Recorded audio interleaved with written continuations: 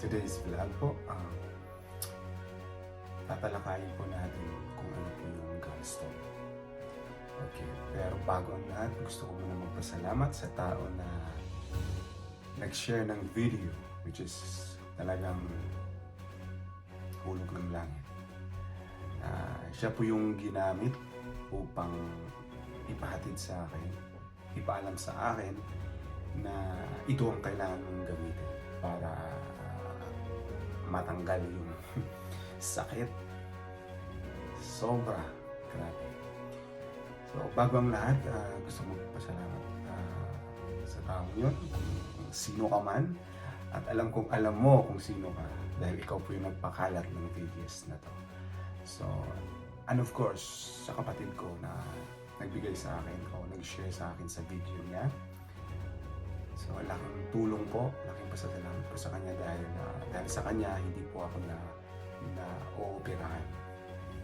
So, okay, bago ang lahat, bago ko sabihin sa inyo kung ano po yung proseso ng pagtanggal ng gallstone. Okay, wala po itong surgery na kakailanganin. Okay? So, pero bago ang lahat, gusto ko muna i-share sa inyo kung ano ba ang nagiging experience ko sa pagkakaroon ng gallstone sa katawan. Hindi po ganun kadali. Hindi po ganun sabihin na natin, kasarap. Okay, pag sinabi natin gallstone, ito po ay sobrang sakit. Grabe. Yung alam mo yung sakit na to, it's been 5 years, sabihin na natin. 5 years talaga na iniinda ko yung sakit.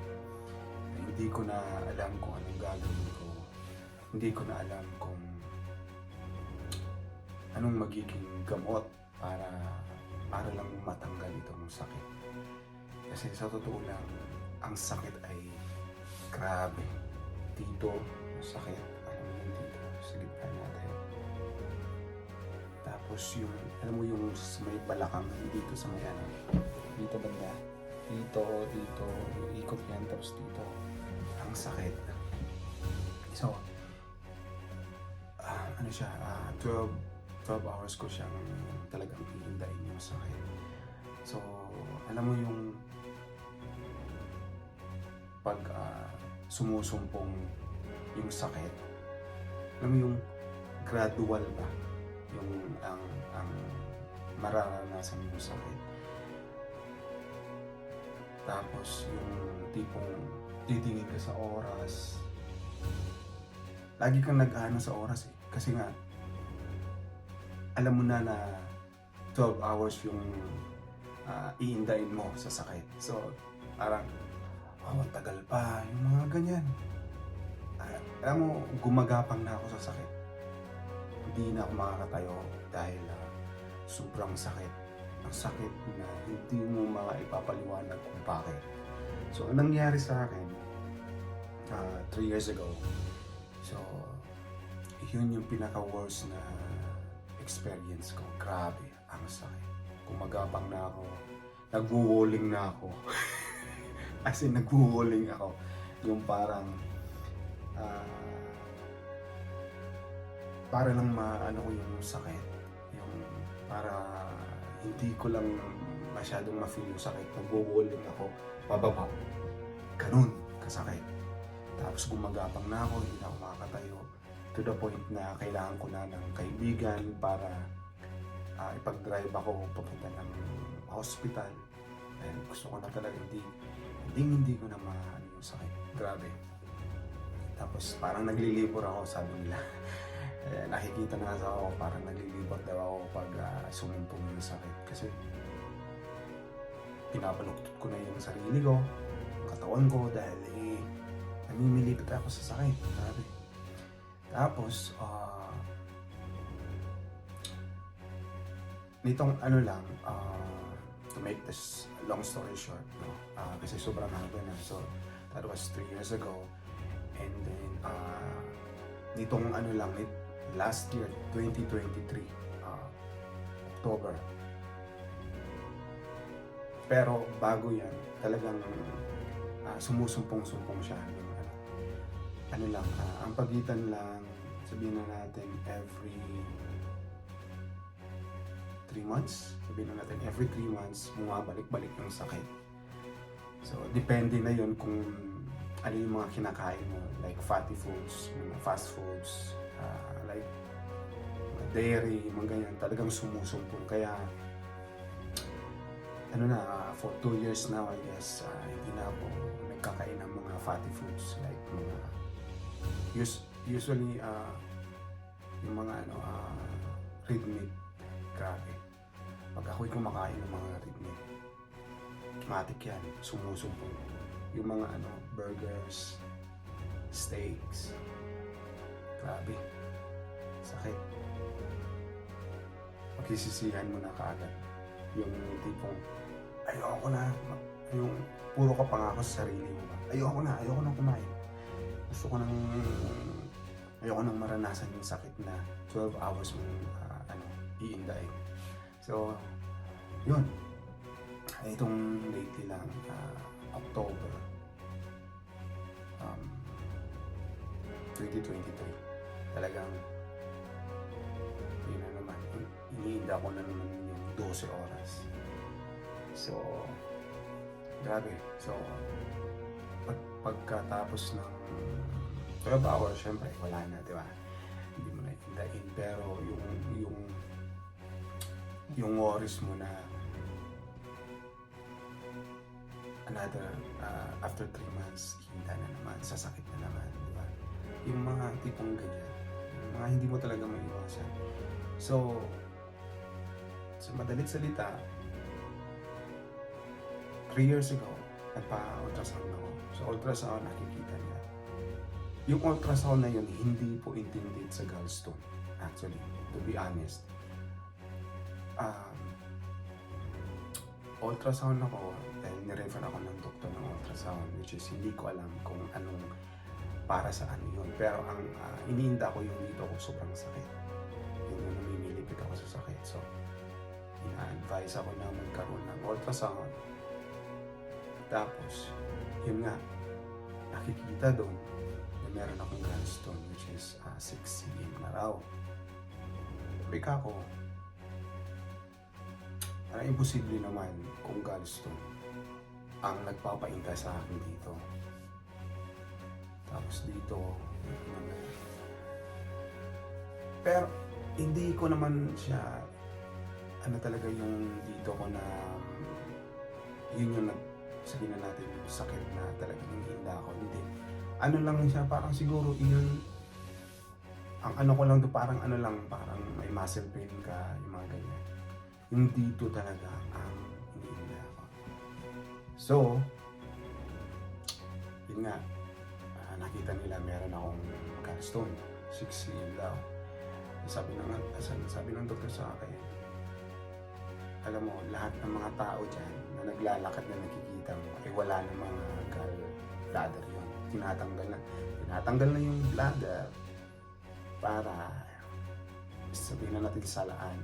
Tinatanggalan na sila ng salaan. So, wala kang dapat ikakawore dahil lahat sila, ayan, naglalakad pa rin, nakikita mo. Wala ng mga yan. Sabi ganun sa akin. Pero, pa rin ako, ayaw ko pa rin, hindi pa rin ako na, hindi ako nakapag-decide ka agad, ayoko, sabi ka ako. Kasi,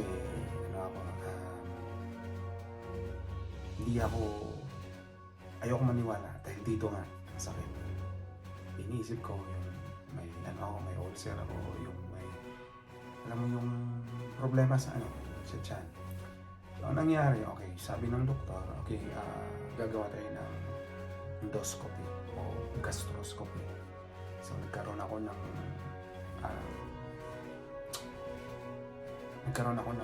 gastroscopy, endoscopy, sabi na natin na schedule.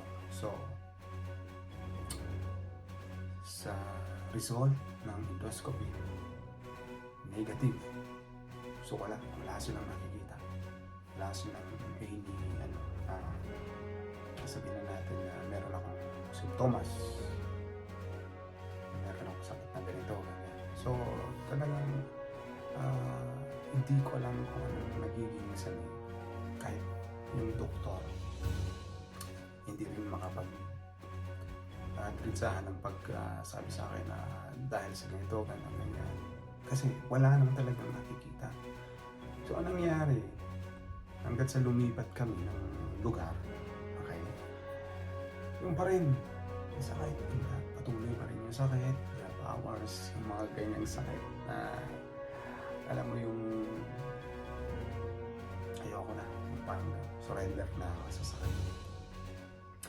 Tapos, yung, to make the long story short na, okay, forward natin, last 2023 of October, na sumumpong na naman dahil kumain ako ng burger, which is sobrang craving ko sa burger, napakain ako. Kasi ilang taon pa naman akong tapos napakain ako. Ilang minutos lang ang lumipas. Grabe. Nag-umpisa yung sakit.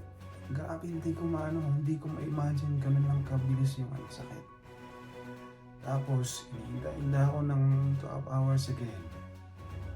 After na-relieve within 12 hours, nakapag-decide ako magpa-ultrasound. So, sa ultrasound, yun, nakikita na naman na meron akong gallstone talaga. So, sandalit salita, nakapag-decide ako kasi parang hindi na isang doktor lang ang nakapag sabi na mayroon talagang gallstone. So, nakapag-decide ako na gusto ko na magpa-surgery.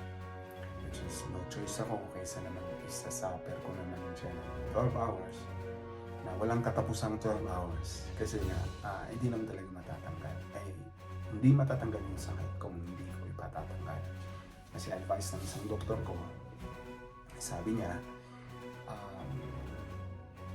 after ko matanggal daw yung gallstone ko,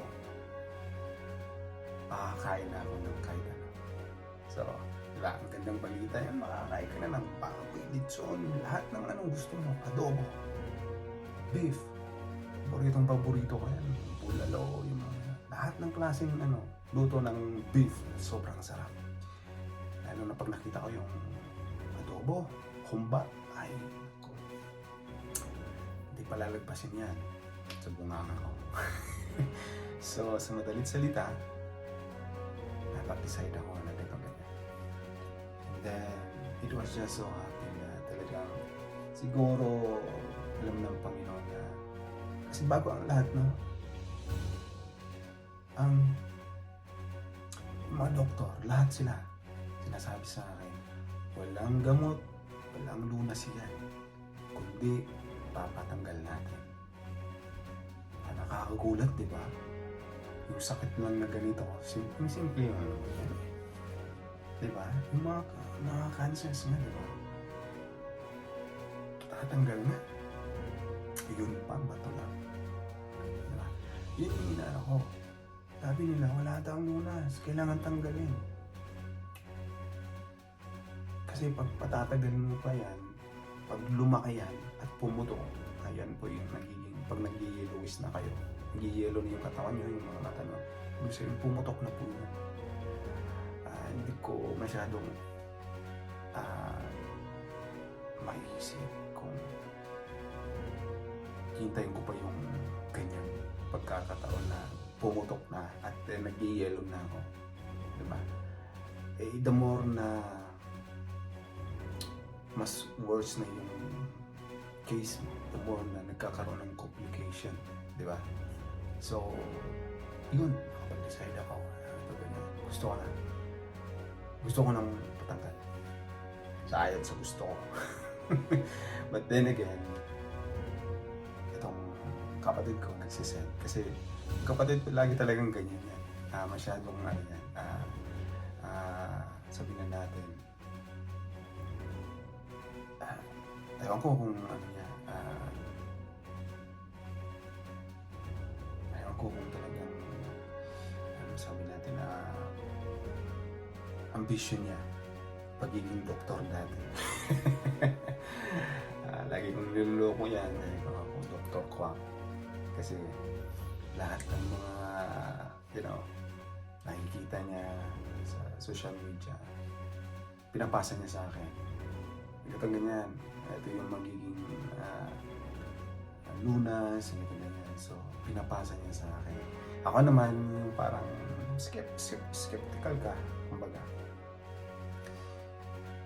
Dahil nga, marami na, meron na talagang marami nang nagsasabi na doktor na walang lunas, hindi natatanggal, hindi nadadaan ng gamot, so wala talagang pang flash no sakit na yun.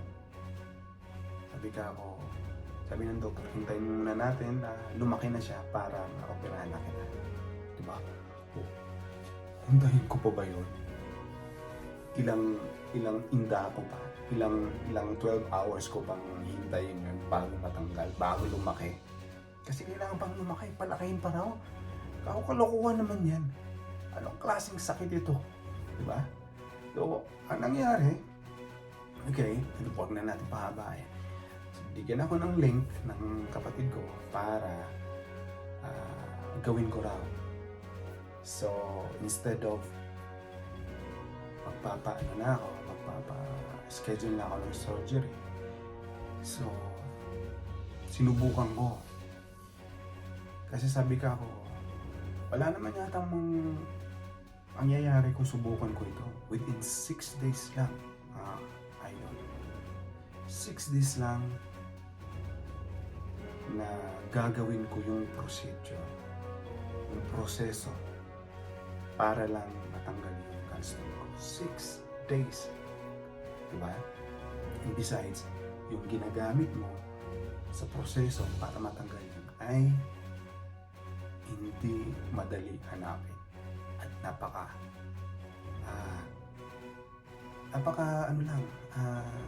mura. Alam mo yung nabibili mo lang dyan sa sa bangketa, sa supermarket. Alam mo, hindi medisina na mabibili mo sa pharmacy. So, binili ko yun. So, sinubukan ko at talagang napatunayan ko na effective. So, ang proseso, okay, ito na yung sasabihin ko sa inyo, ang mga proseso para matanggal yung gallstone. Unang-una, bumili kayo ng apple juice. 100% pure apple juice. Yun lang ang bibili nyo. Apple juice. Okay? Within 6 days, 6 consecutive days, dapat tuloy-tuloy yan. Walang paltos yan. Okay? 6 days. In a day, dapat magtitake kayo ng apple juice. 5 glasses a day of apple juice. 5 glasses, okay? 5, as in 5. So, i-drink yung pineapple na yun within a day. 5 glasses. Pwede, tigi-tigi. Like, for example, hindi nyo kayang ubusin right away yung 5 glasses. So, pwede maya konti, ganyan. As long as hindi siya aabot ng kinabukasan. Okay? 5 plus. So, first day, 5 glasses. Second day, 5 glasses. Third day, 5 glasses. And then fourth day to 5. Until 6 days, 5 glasses of apple juice. Kung wala kayong apple juice, 5 apple. Yung fresh, yung fruits na nabibili niyo. Pero, parang mahal yata yan sa Pinas. Sa Pinas, mahal yan. So, sana ay makakamura doon po tayo. So, juices, apple juices, as long as nakalagay 100% pure. Walang halo, walang mix, walang chemicals. Okay, so 5 glasses in a day for 6 days. Okay? 6 days. 6 days. So, during 6 days, okay? Sa pang-anim na araw, of course, nagtitake o nagdidrink ka rin ng apple juice, di ba? At 2 p.m. Sa 6 days na yon, 2 p.m. yun yung huling dinner mo. Okay? After ng 2 p.m. wala ka ng any foods na i-intake mo. Like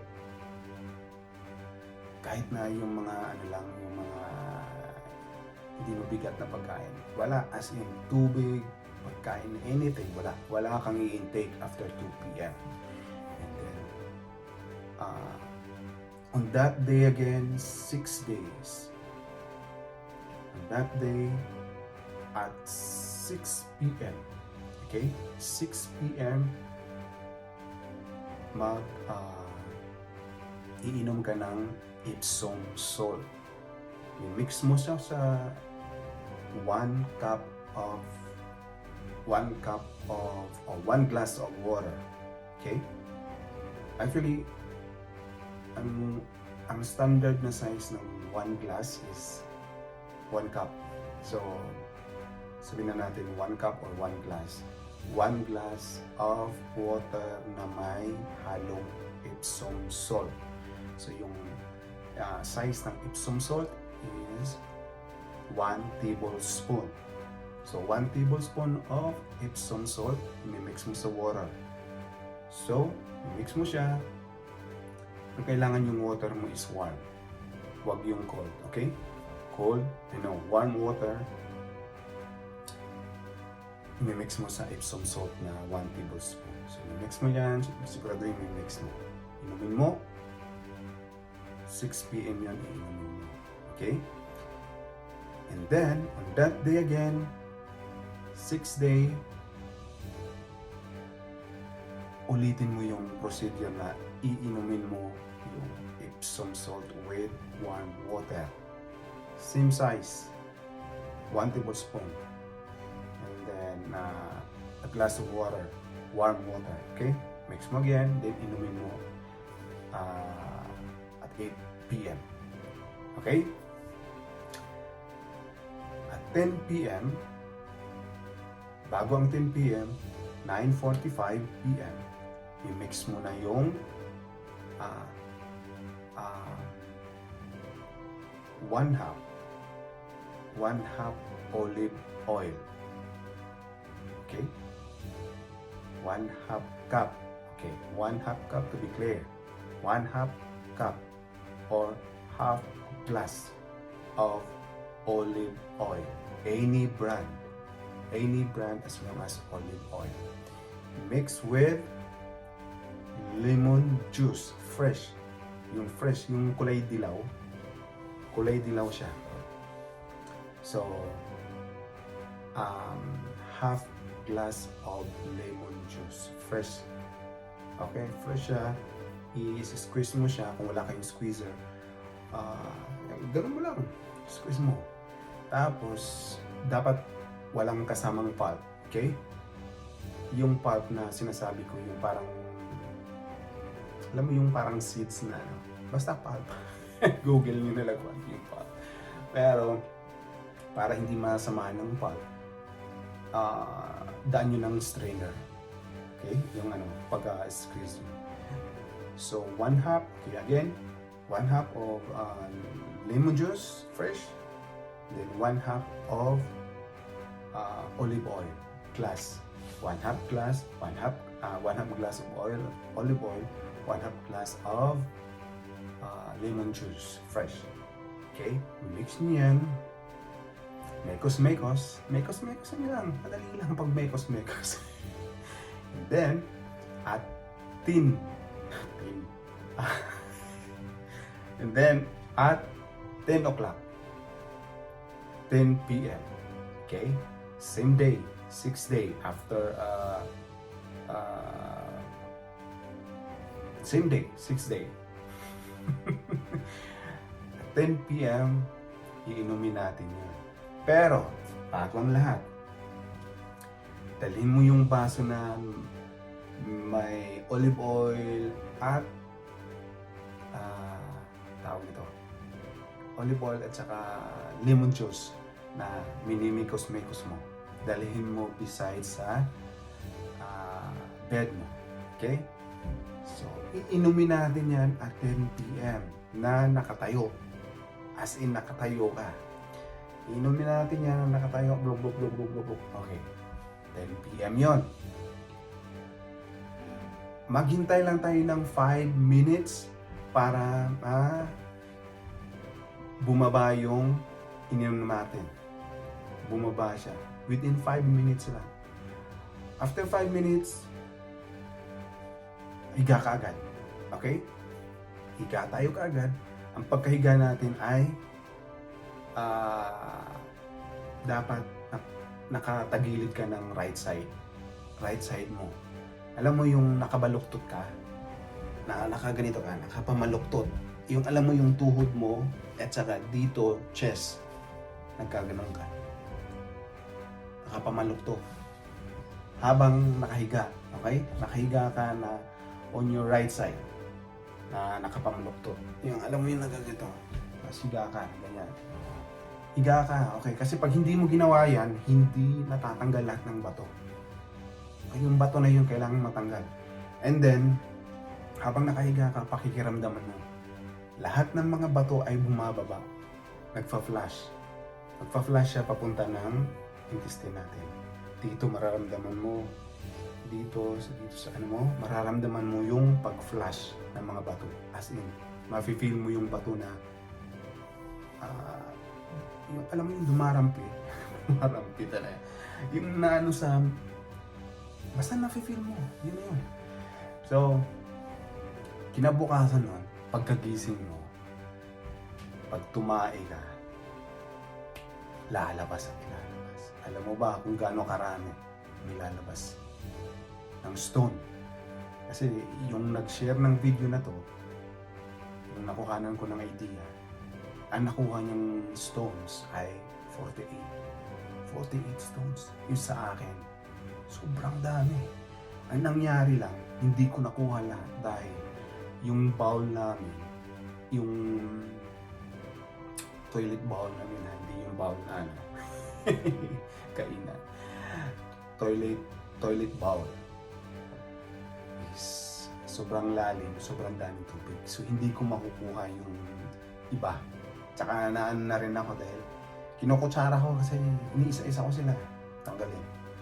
Tapos, yun nga, ang ano ko lang, challenge ko lang sa inyo,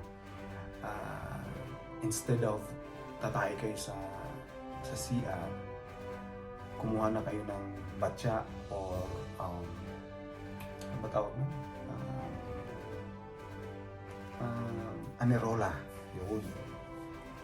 Tumakay kayo sa anirola para makuha nyo lahat ng bato at makaganti kayo. Kasi sa totoo lang, nung nakita ko yung bato, hindi ako makapaniwala.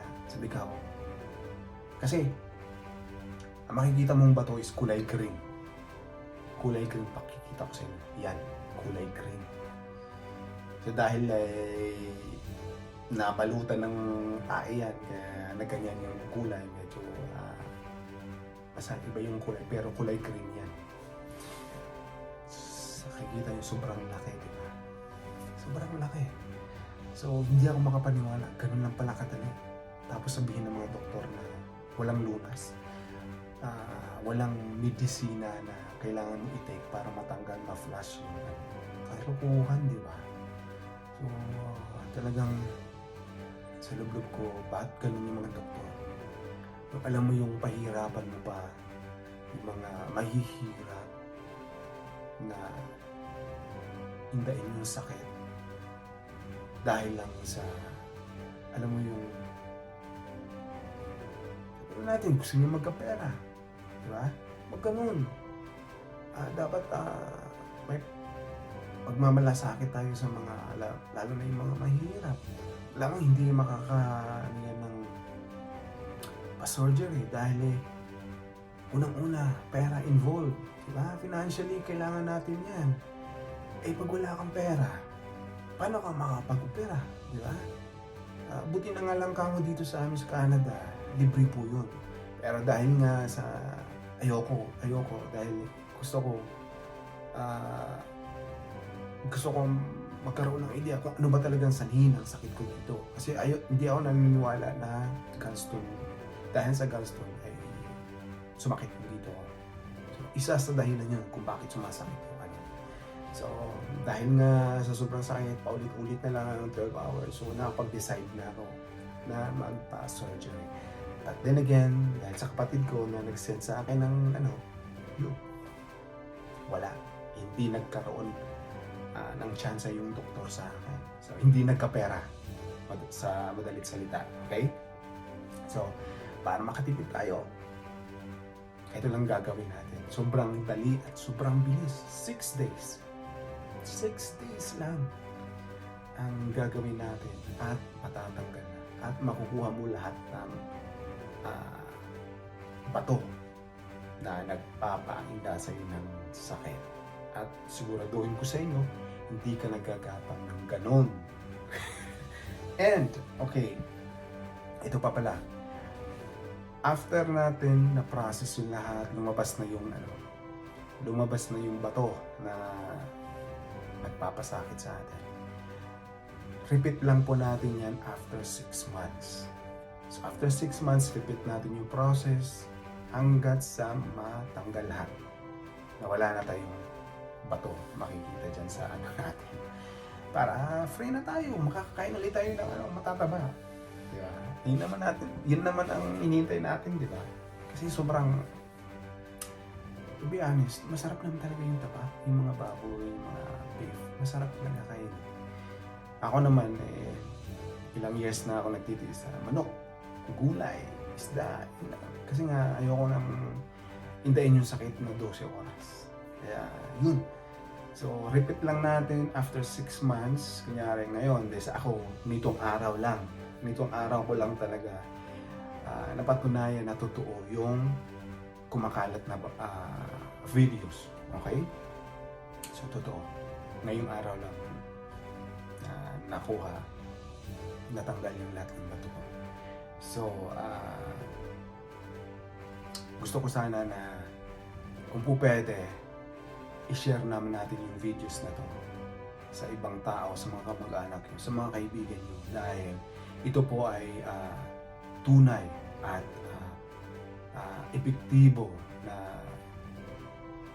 makakatanggal ng gallstone kung meron po tayo. At gaya ng sinasabi ko, dahil sa video na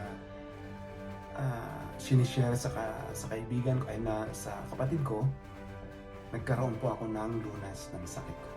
So, gusto ko sana na ng video na to, share nyo sa mga kaibigan nyo, sa relatives nyo, para magkaroon sila ng lunas naman sa sakit na nararanasan naman nila na hindi na nila inaasahan na magkaroon pa ng lunas. Dahil financially, kailangan meron kang ganun. Financial talaga. Malaki pag nagpapa-opera ka. So, sa ganitong paraan lang, makakatulong tayo sa kanila dahil sobrang maliit lang yung pera na kakailanganan para matulungan natin sila. Okay? So, I hope hindi nyo ipagdadamot yung video na to at i-share nyo sa ibang tao na alam nyo na meron siyang sakit na ganito. So, hindi lang sa gallstone ito po yung isang tulong din na nag-cleanse ng liver natin. Okay? Kasi naapektuhan yung liver natin ito pag hindi natin naagapan. So, hindi lang gallstone ang kailangan natin tanggalin dito, kundi nag-cleansing din ito ng liver natin. So, I hope meron po kayong natutunan sa video na to. And don't forget to like, share this video, and of course, subscribe to my channel for more updates. Don't forget to turn on the notification bell for you to be able to know sa mga darating pong videos. Okay? And hanggang sa muli.